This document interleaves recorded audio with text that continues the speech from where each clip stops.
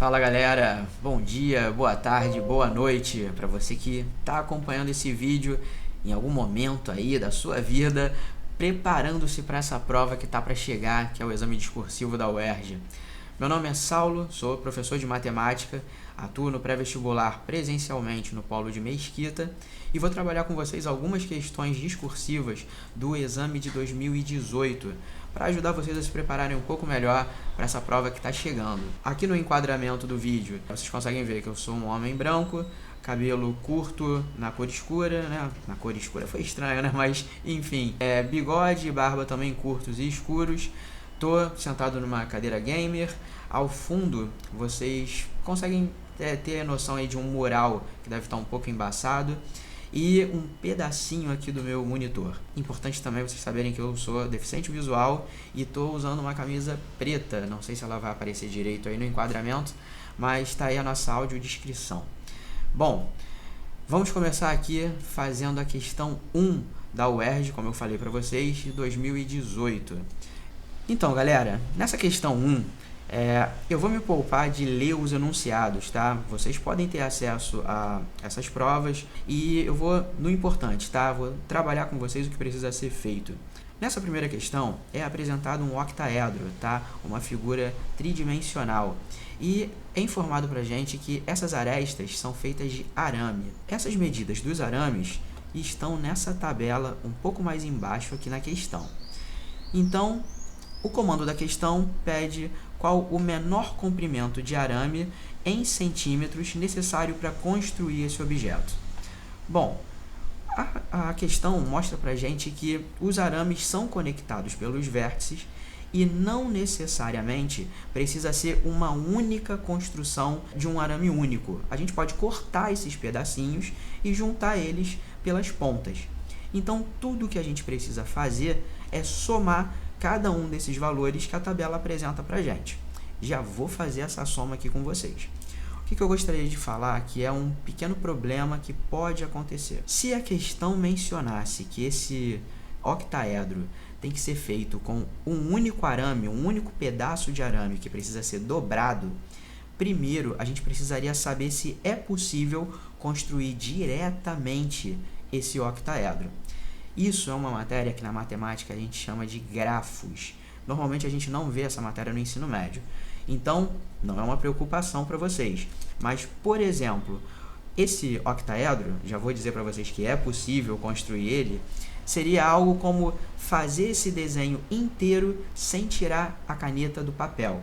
Então, por exemplo, olha aqui, eu posso fazer essa montagem.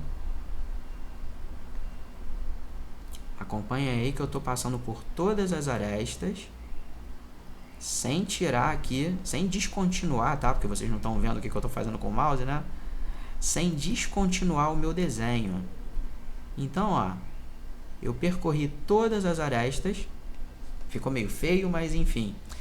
E eu não parei o meu desenho em momento algum. Então, eu não tirei ali a caneta do papel. Isso seria uma forma de mostrar que é possível pegar um único arame e ir dobrando ele para fazer essa figura. Então, isso aqui foi só um cuidado, tá, galera? Vamos para o importante, que é a conta que precisa ser feita. Então, a gente vai observar aqui nessa tabela que tem o valor que a gente quer, tá? Então, o total ele vai ser igual à medida do segmento AB mais o segmento AD mais o segmento AE, e eu vou somando todo mundo que está ali naquela tabela até chegar no segmento DF. Legal. Então, o que a gente vai observar? Nessa tabela, eu tenho 3 valores iguais a 10, então vamos escrever aqui 3 vezes 10, mais 4 valores 11, então 4 vezes 11, e 5 valores 12. Então, 3 vezes 10, mais 4 vezes 11, mais 5 vezes 12. Então, a gente vai ter 30, mais 44, mais 60. E o nosso resultado final 134 centímetros. Tá aqui a nossa resposta. Jogo rápido. Dica para as nossas questões da UERJ. Por mais que seja uma prova discursiva, nós temos que ser objetivos no que a gente está fazendo. Então, se a gente quiser desenvolver alguma coisa que a gente não tem certeza se vai colocar na nossa apresentação final, é para isso que o rascunho serve.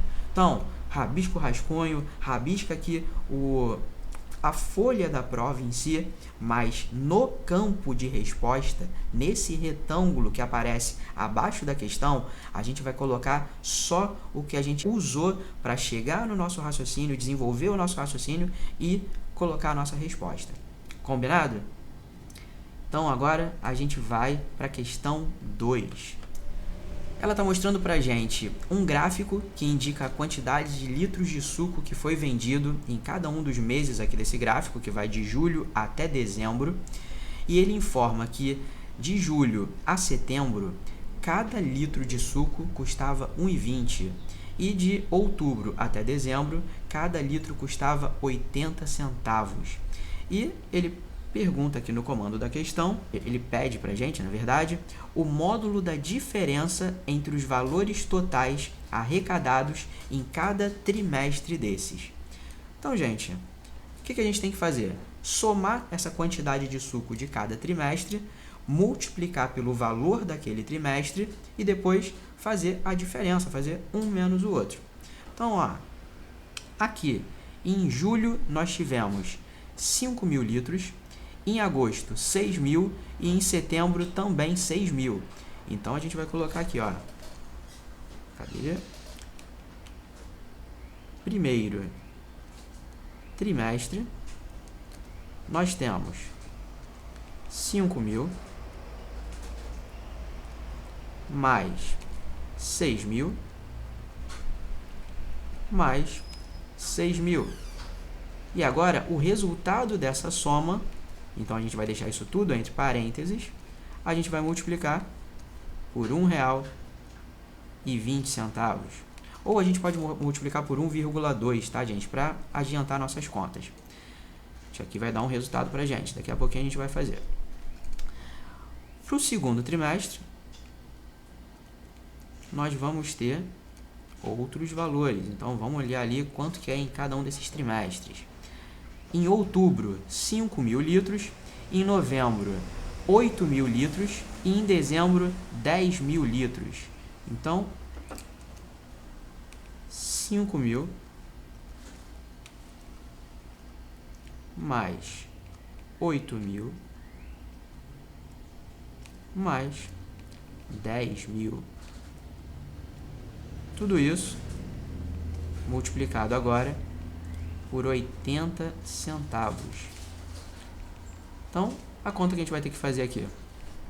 Nesse primeiro, 5 mais 6 mais 6, 17.000 vezes 1,2.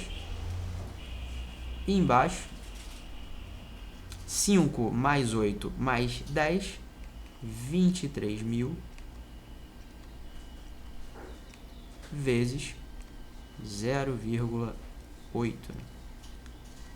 Então, gente, uma coisa que a gente pode fazer aqui para adiantar nossa conta é tirar um zero daqui, ó, dividir por 10 esse cara para multiplicar por 10 esse valor aqui. Então, ele vai passar a ser 12. E a mesma coisa a gente faz aqui embaixo, ó, para esse cara passar a ser 8.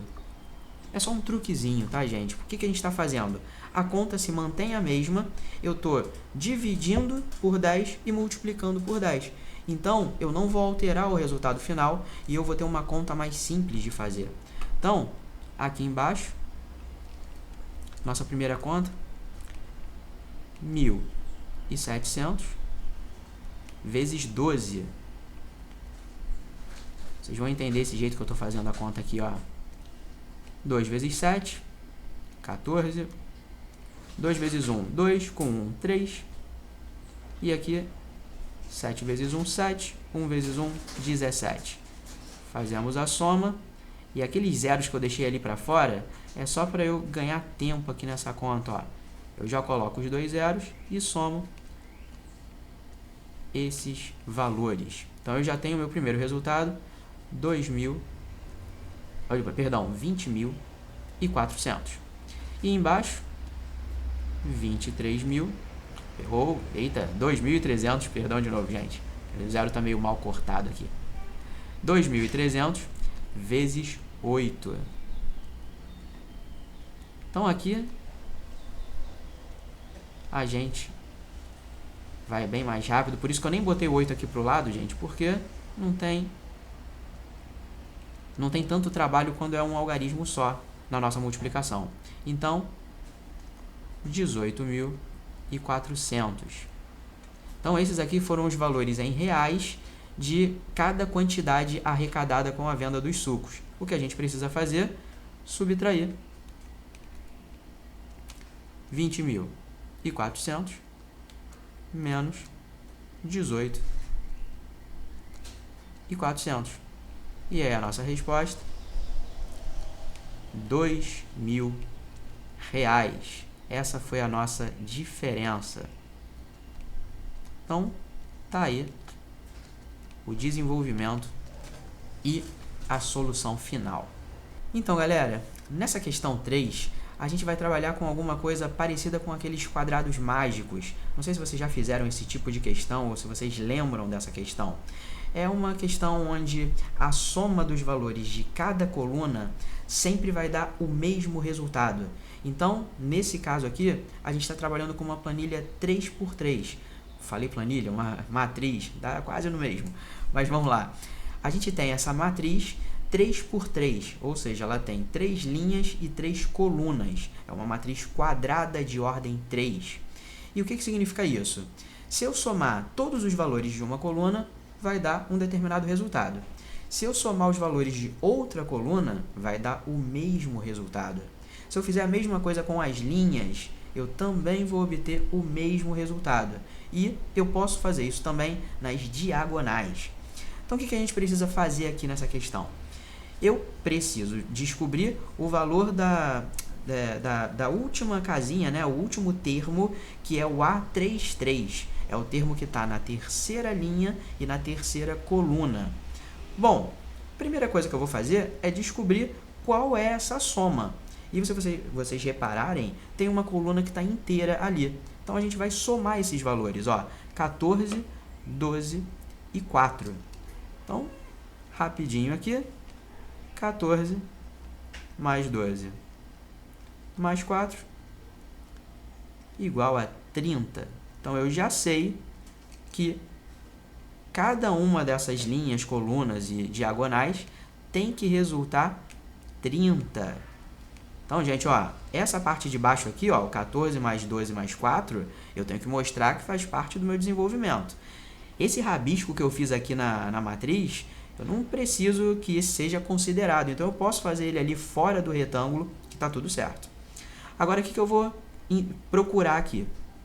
Se o meu objetivo é esse termo A33, bom, eu já sei a soma. Então, nessa linha aqui, o resultado tem que ser 30. Nessa coluna aqui, também tem que ser 30. E nessa diagonal, também tem que ser 30. Se eu observar um pouquinho melhor, esse termo aqui do meio é o mais fácil, tá? O mais rápido de eu desenvolver essa matriz sem perder muito tempo calculando coisas desnecessárias. Então, olha só, esse cara aqui do meio tem que ser um número, tem que ser um número que somado com 4 e com 16 resulte em 30. Então, eu vou chamar ele aqui de x, tá bom, gente?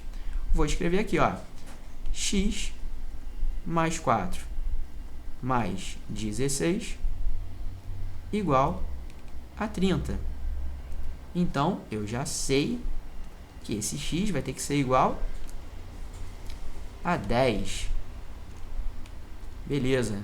Se o x é 10, eu vou ter que procurar agora um número, que é esse meu A33. Então, vamos colocar aqui agora, ó, o A33 somado com aquele 14 que já está lá no início da diagonal, e esse 10 que eu acabei de achar, tem que resultar 30. Então, o meu A33 é igual a 6. Fim de papo. Vamos para a questão 4, galera. Nessa questão, ele apresenta duas latas para a gente, uma com 250 ml e uma com 350 ml, e fala o preço das latas. Uma custa R$ 3,00, a outra R$ 4,90. E ele pergunta quantos por cento cada mililitro da lata maior é mais caro que a lata menor. Bom, o que a gente tem que pensar aqui nessa questão? Nós temos quantidades diferentes e valores diferentes.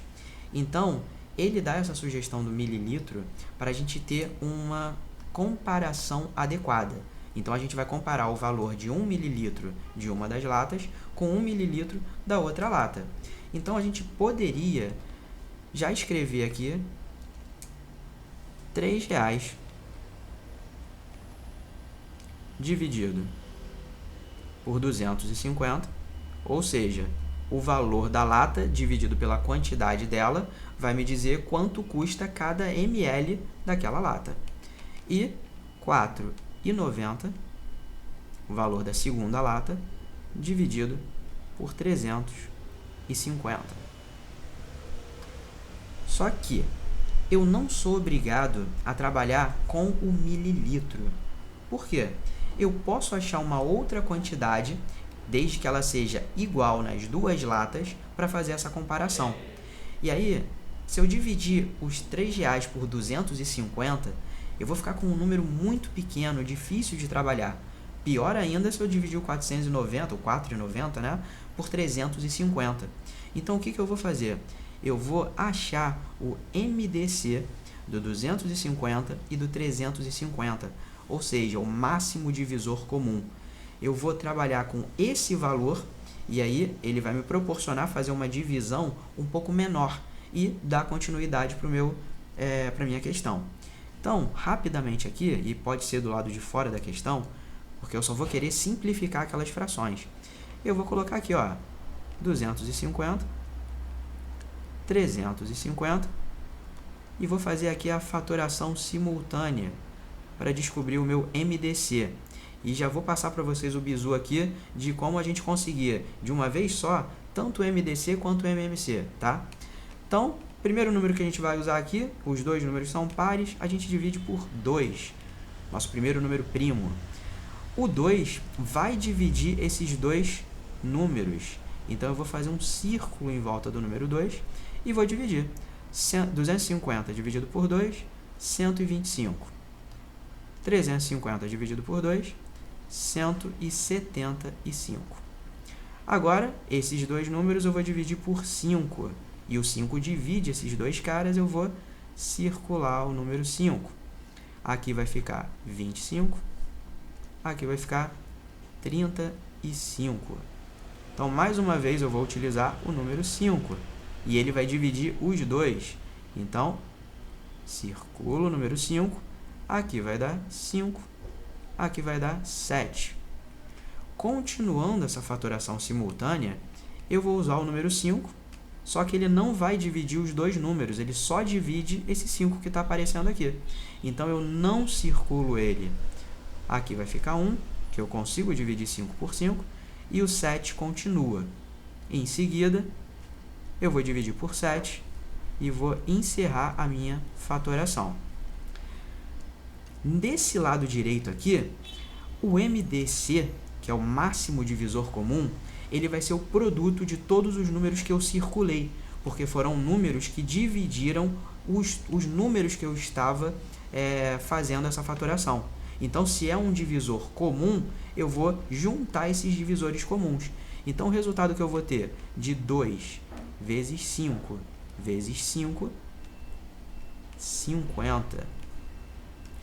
No caso, se eu quisesse o MMC, o mínimo múltiplo comum, eu estaria fazendo o produto de todos esses valores que apareceram do lado direito. Então fica aí o bizu. Se vocês precisarem fazer aí um MMC ou um MDC, a fatoração simultânea já resolve essa questão. Então, olha só, nosso MDC é o 50. A gente vai voltar aqui embaixo e vai escrever, ó, nosso novo denominador nessa primeira fração é 50. E na fração de baixo também é 50. Agora, quem vai ser o numerador? Do 250 para o 50, eu dividi por 5. Então, aqui em cima, R$ 3,00 dividido por 5, 60 centavos. E embaixo, de 350 para 50, eu dividi por 7. Então, R$ 4,90 dividido por 7, 70 centavos. Então, legal. Eu já descobri aqui o valor de 50 ml em cada uma das latas, ou seja, é a mesma quantidade, eu consigo fazer a comparação dos valores. Eu sei que a lata maior, ela vai ter 10 centavos a mais do que na lata menor, tá? Nesses 50 ml. Então, o que eu vou pensar? Como ele está pedindo quanto a lata maior é mais cara em relação à lata menor, a minha lata menor é a referência. Então, olha só, 60 centavos é 100%. E 10 centavos, que é a diferença, vai me mostrar essa porcentagem que eu quero descobrir. A gente coloca aqui as frações e resolve essa nossa regra de 3. Essa continha aí bacana que constantemente aparece pra gente, né? Então, olha só, 60 centavos e 10 centavos, eu posso ignorar essa parte. É como se eu estivesse multiplicando em cima e embaixo por 100. E depois eu divido por 10 para tirar esse zero. Então, ó, 6 sobre 1. O que eu vou fazer aqui para continuar essa conta? O x vem para cá e o 6 vai para lá, dividindo. Então, tudo que eu tenho que fazer é 100% dividido por 6, que dá aproximadamente 16,67%. É a nossa resposta. Ok? Então, é isso aí. Vamos para a próxima questão. Na questão 5, galera, a gente precisa calcular a área desse triângulo ABC. A princípio, uma questão bem simples. Ele fala para a gente que os vértices desse triângulo se encontram na interseção das diagonais de cada quadrado, ou seja, o vértice está exatamente no meio do quadrado. E ele fala para a gente que a lateral, né, o lado de cada quadrado, mede 2 centímetros. Só que essa questão, no finalzinho, coloca quase que uma pegadinha. Ele pergunta a área do triângulo em função da unidade de área, que é a área do quadrado. Então, como que a gente vai fazer isso? Nós vamos calcular a área do triângulo e depois vamos calcular a área da unidade quadrada. E a gente vai fazer uma relação entre as duas usando uma regra de 3 bem rápida, ok? Então, primeira coisa, a área do triângulo, se a gente desenhar um pouquinho aqui nessa figura, só para ajudar a gente, o lado do quadrado mede 2 centímetros. Então, isso aqui mede 2, significa que esse pedacinho aqui mede 1. Consequentemente, esse aqui também vai medir 1. E a altura é essa distância toda aqui, ó, que vai medir 1 nessa partezinha de cima, 1 nessa partezinha de baixo. Então, a área desse meu triângulo, vamos colocar aqui, ó, a área do triângulo é base vezes altura dividido por 2. Então, como é que vai ficar isso aqui? 2 vezes 2 dividido por 2. 2 centímetros.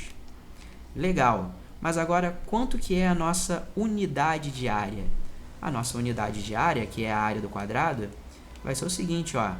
nossa unidade quadrada é igual a 2 vezes 2, que é a área do quadrado, que é igual a 4 centímetros. O que a gente vai fazer agora aqui? Ó? A área do triângulo está... Opa, perdão aqui, gente. A área do triângulo está para 2 centímetros e a nossa unidade quadrada é 4 centímetros. A gente monta a nossa regra de 3 aqui.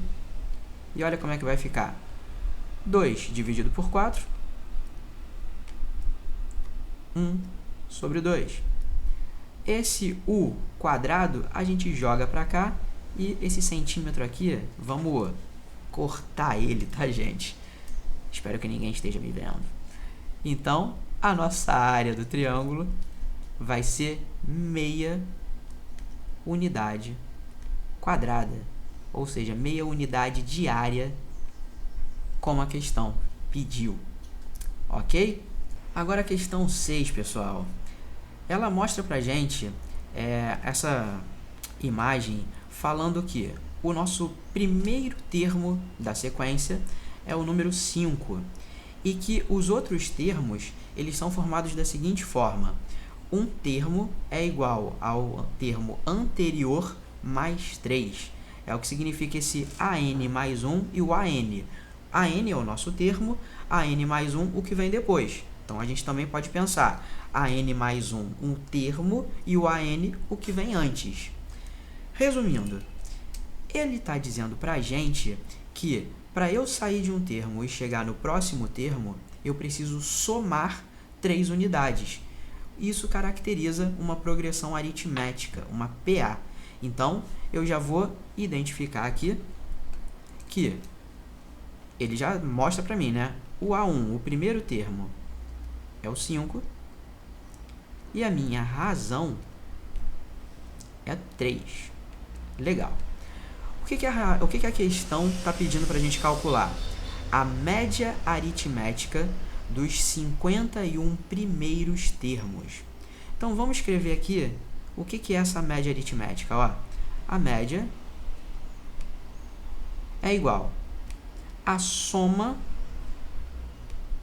de uma determinada quantidade de termos dividido por essa quantidade de termos que eu estou somando. Então, seria um SN, a soma de N termos, dividido pelo N, que é a quantidade de termos.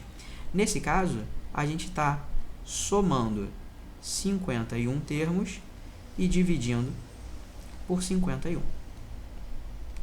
Vamos lembrar, fórmula da soma dos N primeiros termos da PA. Então, eu tenho A1 mais A51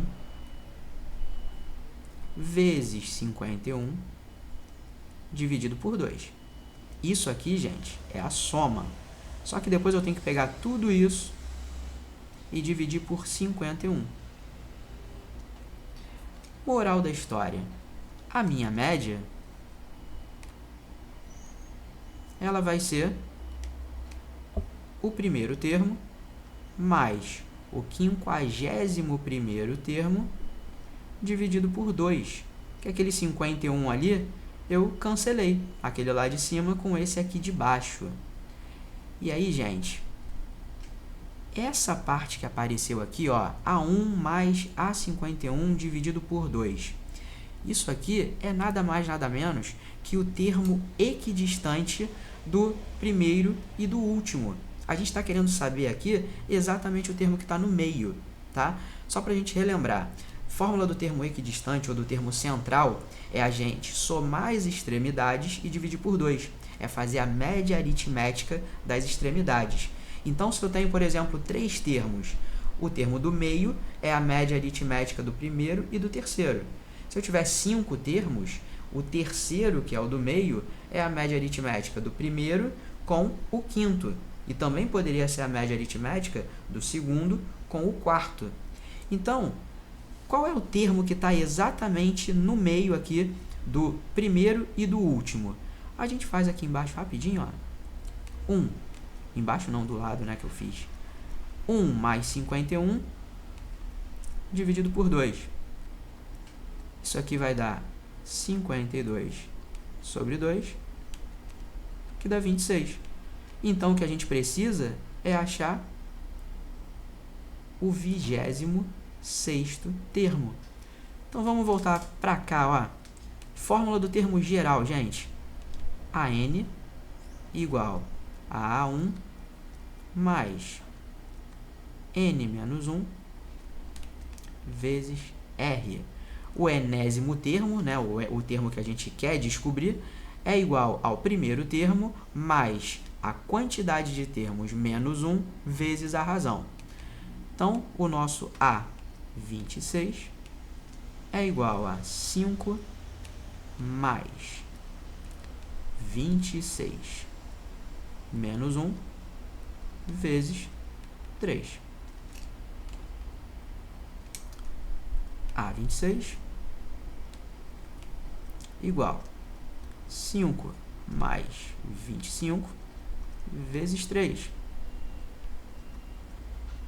Isso aqui já é uma conta que eu acho que vocês já mataram o resultado, né? 80. Então, uma questãozinha um pouco mais trabalhosa, se vocês não tiverem aí algumas sacadas, tá bom? Como, por exemplo, de identificar que aquilo ali é o termo equidistante, mas que dá para a gente ir encaixando nas principais fórmulas de PA e resolver essa questão. Fazer essa questão aqui no braço, gente, também é possível, mas para o tempo de prova e para o que a UERJ quer ver do que vocês sabem a respeito desse tipo de questão, não é tão interessante, ok? Então, diferente do Enem, que você pode ali gastar um tempo para fazer ali no braço, se for o caso, aqui já não é tão interessante. Então, galera, nessa questão 7, ele apresenta para a gente duas funções quadráticas e as interseções dessas duas funções. E depois pede para a gente calcular a medida do segmento com extremidades nessas duas interseções. Então, a primeira coisa que a gente tem que fazer, uma vez que são interseções, é igualar essas duas funções.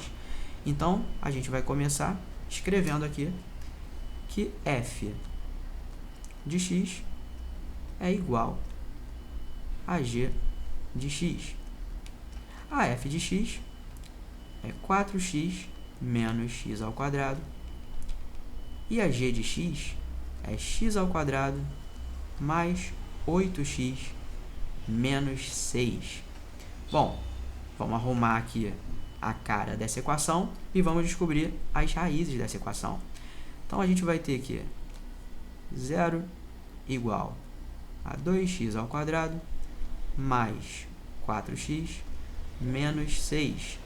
Dividindo todo mundo por 2, x ao quadrado mais 2x menos 3 igual a 0. Bom, aqui a gente já poderia pensar rapidinho. Pô, eu tenho que pensar em dois números que a soma deles dá menos 2 e o produto deles dá menos 3. Quais seriam esses números? Bom, a soma deles dando menos 2 pode ser menos 3 e 1. Então, vamos verificar. Menos 3 vezes 1 deu o menos 3. Ah, eu não sei fazer isso rapidinho. Então, vamos aqui no delta, gente. Ó, delta igual a b ao quadrado, que é 4, menos 4ac. Então, isso aqui vai dar mais 12. 4 mais 12, 16. Quem vai ser, então, o nosso x? Menos b, ou seja, menos 2, mais ou menos a raiz quadrada de 16 sobre 2 vezes o a, que é 1. Então, isso aqui vai ficar menos 2 mais ou menos 4 sobre 2. Menos 2 menos 4 dá menos 6. Dividido por 2, menos 3. Menos 2 mais 4 dá 2, que dividido por 2 dá 1. Então aí, ó, o menos 3 e o 1 que a gente tinha visto ali anteriormente. Então, ó, nosso x1, menos 3, nosso x2, 1. Bom, Eu achei aqui os valores de x. Então, agora eu preciso saber a coordenada y deles, né? Então, olha só. Se eu substituir em qualquer uma dessas equações o x por 1, vamos pegar aqui esse 4x menos x ao quadrado. Então, vai ficar 4 vezes 1 menos 1 ao quadrado. 4 menos 1. Opa, esqueci aqui do sinal de igual, que é importante pra caramba, gente. Então, 3. Então, a gente sabe que quando o x é 1, o y é 3. E agora, eu vou fazer com o menos 3. 4 vezes menos 3 menos 3 ao quadrado. Isso vai dar, menos 12 menos 9, que é igual a menos 21. Então, a gente tem aqui menos 3 e menos 21. Esses aqui são os nossos pontos, são as coordenadas dos nossos pontos P e Q. Então, olha só o que a gente vai fazer agora. O P, observando aqui esse gráfico, vai ser o nosso ponto menos 3. Opa, perdão, gente. Menos 3, menos 21. O Q vai ser o nosso ponto 1, 3. Então, o que eu posso observar aqui? Esses pontos, essa distância deles, está formando uma diagonal. Eu poderia imaginar isso aqui, não vai ficar retinho não, mas vocês vão entender. Um triângulo retângulo. E o que eu quero descobrir é justamente a hipotenusa. Que distância que vai ser essa base aqui? Bom, se esse cara aqui mede, tá na coordenada 1, e esse aqui está na coordenada menos 3, a distância entre eles vai ser 1, menos 3. E o outro, ele está lá em cima no 3 e aqui embaixo no menos 21. Então, vai ser 1 menos 21. Essas aqui são as nossas distâncias. Então, vamos lembrar do teorema de Pitágoras, ó. Hipotenusa ao quadrado igual a soma dos quadrados dos catetos. Como que eu vou escrever isso lá embaixo? Eu vou escrever que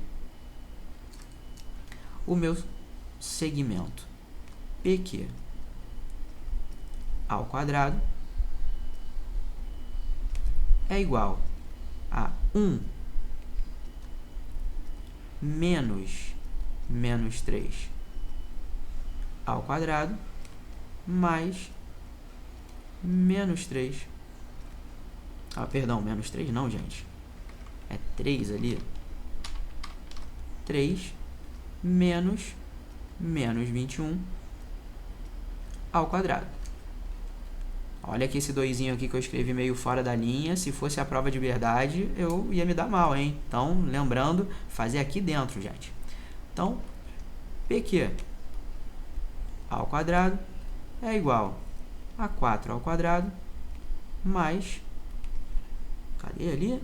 24 ao quadrado. Quanto que vai dar essa coisa toda, gente? PQ ao quadrado igual a 16 mais...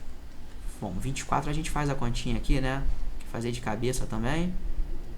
Às vezes a gente não consegue. 16, vai 1, 8, 9. Aqui, 8, 4, 6, 7, vai 1, 5. Então, 576. Então, PQ igual a 592. O PQ vai ser a raiz quadrada de 592. Por que eu não coloquei o mais ou menos? Bom, como a gente está trabalhando de uma questão de geometria, o valor negativo a gente não vai usar, então eu já poupei esse tempo. Vamos olhar essa raiz de 592 aqui, o que a gente pode fazer? Vamos dar uma fatorada aqui, ó. 592. Fatora ele. Então, a gente começa por 2.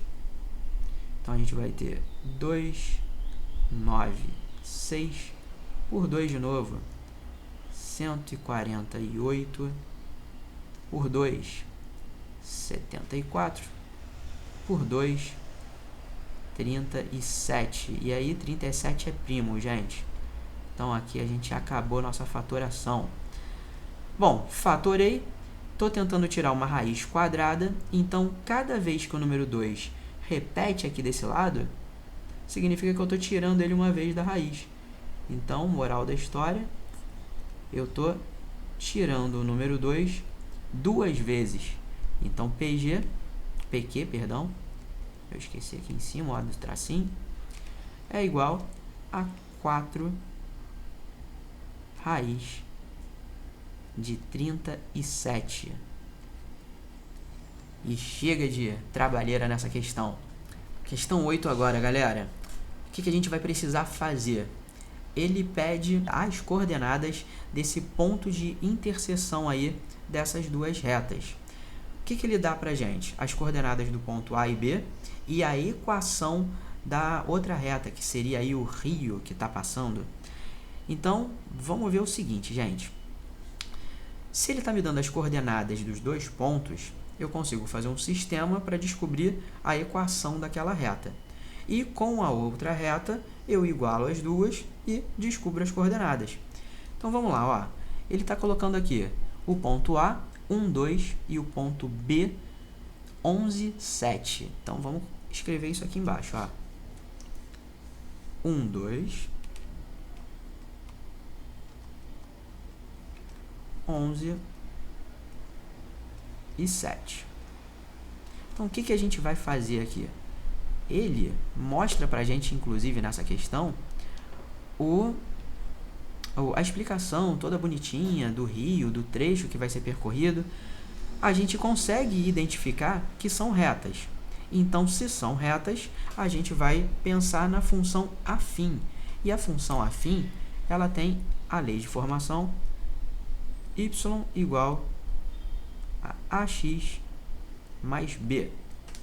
Olhando para esses pontos, a gente sabe que quando x é 1, y é 2. Então, vamos escrever 2 é igual a a vezes 1 mais b. E quando x é 11, y é igual a 7. 7 é igual a a vezes 11 mais b. Temos o nosso sistema montado. Como que a gente vai resolver esse sistema? Bom, tem b em cima, tem b embaixo, então subtrai a de baixo pela de cima, só para a gente ficar com valores positivos. Então, 7 menos 2, 5. 11a menos 1a, 10a. E b menos b, 0. Então, aqui a gente já descobre o valor de a, né? A, nosso coeficiente angular, é 5 sobre 10, que é igual a meio. Legal. Descobri quem é o a, vou descobrir agora quem é o b. Então, olha só. 2 é igual a meio mais b. Então, substituí o a aqui pelo meio, multipliquei por 1, vou passar isso aqui para o outro lado, então o b vai ser igual a 3 sobre 2. Descobri a e b, então eu posso escrever a equação, tá? A lei que determina aquela reta. Y igual a 1 sobre 2 vezes x mais 3 sobre 2. Ok? Também poderia escrever desse jeito aqui, gente, ó. Y igual a x mais 3 sobre 2. Bom, ele me deu a equação da outra reta, que é x mais 3y igual a 17. Então, vamos colocar isso aqui, ó. X mais 3y igual a 17. O que eu preciso fazer agora, gente? Bom, eu tenho x e y aqui, eu tenho x e y ali. Basta eu escolher uma equação e substituir uma das letras. Como o y já está isolado aqui, eu vou substituir ele ali, ó. X vai ser o x e o y vai passar a ser x mais 3 sobre 2. E isso tudo está dando 17. Então, agora a gente resolver essa equação aqui, ó. 2x mais 3x mais 9 igual a 34. 5x igual a 25. X igual a 5. Descobri o x, volto lá para descobrir quem vai ser o y. Então, ó, y igual a 5 mais 3 sobre 2. 5 mais 3, 8, dividido por 2, 4. Então, as coordenadas do ponto de interseção vão ser 5 e 4. E encerramos essa questão. Então, galera, questão 9 está falando aí de um cone circular reto. Ele fala que esse cone tinha um determinado volume e que ele diminuiu 19 metros cúbicos e ficou do jeito que está apresentado na figura. A altura do nível de óleo diminuiu em 1 metro e ele pergunta qual é essa altura atual do reservatório. Então, o que a gente está fazendo aqui? A gente está trabalhando com volume de cone. Outra coisa importante, ele mostra para a gente na figura que a inclinação dessa lateral do cone é de 45 graus. Bom, se essa inclinação está feita com o eixo do cone, esse eixo ele vai formar um ângulo de 90 graus com a base, que está na parte de cima. Então, isso está mostrando para a gente que vai aparecer aqui na nossa figura, nesse corte, um triângulo equilátero. O que isso ajuda a gente? Que o raio da circunferência da base tem a mesma medida da altura naquele nível de óleo. Então, como que a gente vai pensar nessa questão? Eu vou olhar, fazer um tracejado aqui, ó, que seria o tanque cheio. O que a gente vai fazer? Eu tenho que o raio é igual à altura. Então, eu já vou escrever aqui embaixo, ó. O raio... Opa, cadê aqui o mouse? Apareceu. O raio é igual à altura. O volume do cone é igual à área da base vezes a altura dividido por 3, que no caso, como é um círculo, vai ser πr² vezes h sobre 3. E como nós acabamos de identificar que a altura e o raio têm a mesma medida, eu posso apenas colocar que vai ser π vezes h ao cubo dividido por 3. Outra coisa que a gente pode considerar aqui, a questão fala para considerar π igual a 3. Então, olha só o que vai acontecer com essa fórmula aqui, ó. Π eu vou substituir por 3, vou cortar com esse 3 aqui de baixo. Então, a minha preocupação agora é só essa altura ao cubo. Então, o meu primeiro cone, ele tinha h... A altura, no caso aqui, a gente vai usar o x. Então, antes eu tinha x mais 1 ao cubo. Agora, eu tiro 19 metros cúbicos e fico com x ao cubo. Como que vai ficar essa brincadeira aqui? Então, x mais 1 ao cubo é x ao cubo mais 3x ao quadrado mais 3x mais 1 menos 19 igual a x ao cubo. Esse x ao cubo, quando eu trocar de lado aqui, vai sumir. Então, eu vou ficar com 3x ao quadrado mais 3x menos 18 igual a 0. Divide todo mundo por 3. X ao quadrado mais x menos 6 igual a 0. Então, vamos resolver essa equaçãozinha que apareceu. Nosso delta, vamos usar, né? Tá cheio de espaço aqui, vamos puxar isso para cá. Delta igual b ao quadrado, então 1 menos 4ac mais 24. Então, nosso delta é 25. Vamos calcular nosso x. Menos b, então, menos 1, mais ou menos raiz quadrada de 25 sobre 2. 2a, e o a é 1, então vai ficar só o 2. Então, aqui a gente vai ter menos 1, mais ou menos 5 sobre 2. Legal.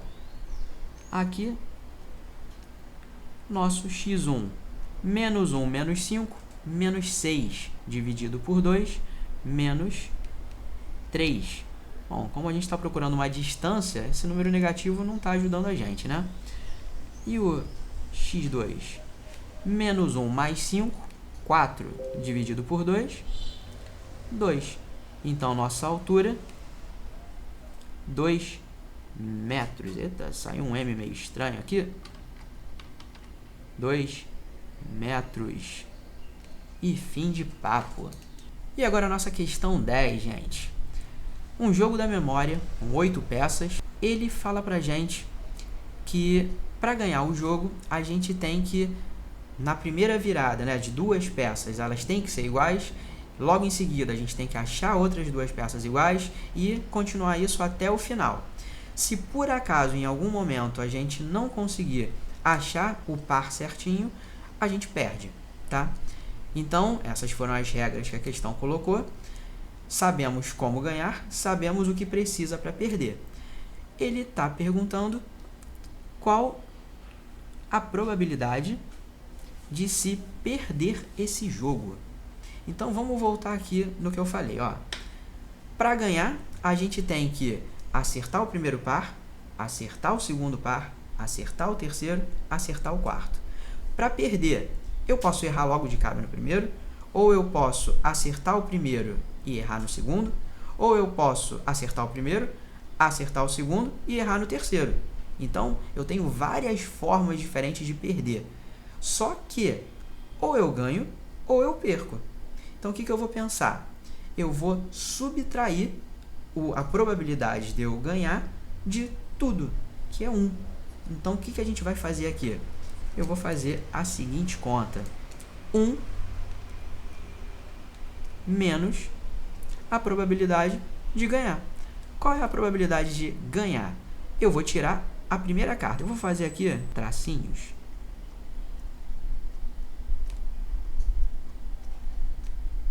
Só para a gente visualizar um pouco melhor. Então, a primeira carta que eu vou tirar pode ser qualquer uma, né? Então, tirei a primeira carta. Qual a probabilidade de eu acertar uma carta igual à primeira? Bom, igual a ela só tem uma no meio de outras 7. Então, 1 sobre 7. Legal, acertei a primeira. Vamos para a segunda. Vou pegar qualquer carta, então, 1 sobre 1. E agora, para acertar essa daqui, eu tenho que achar a que é igual a ela no meio de outras 5. Então, 1 sobre 5. E a gente vai repetir esse processo, ó. Peguei a próxima, tem uma igual a ela no meio das outras 3, e por fim, com certeza eu vou acertar, porque só sobrou 2 iguais. Então, a conta que eu vou ter que fazer, gente, é essa aqui. E em cima vai ficar o 1, né? E embaixo, 7 vezes 5 vezes 3. 7 vezes 5 vezes 3 dá 105. Então, a minha resposta, 1 menos 1 sobre 105, 104 sobre 105. E tá entregue aí a resolução para vocês. Então, galera, espero que vocês tenham aproveitado aí essas questões que foram resolvidas. Continuem estudando aí, dando aquele gás mais um pouquinho, e espero que todos consigam fazer uma boa prova, que vocês alcancem aí os seus objetivos e que tudo dê certo. Tamo junto!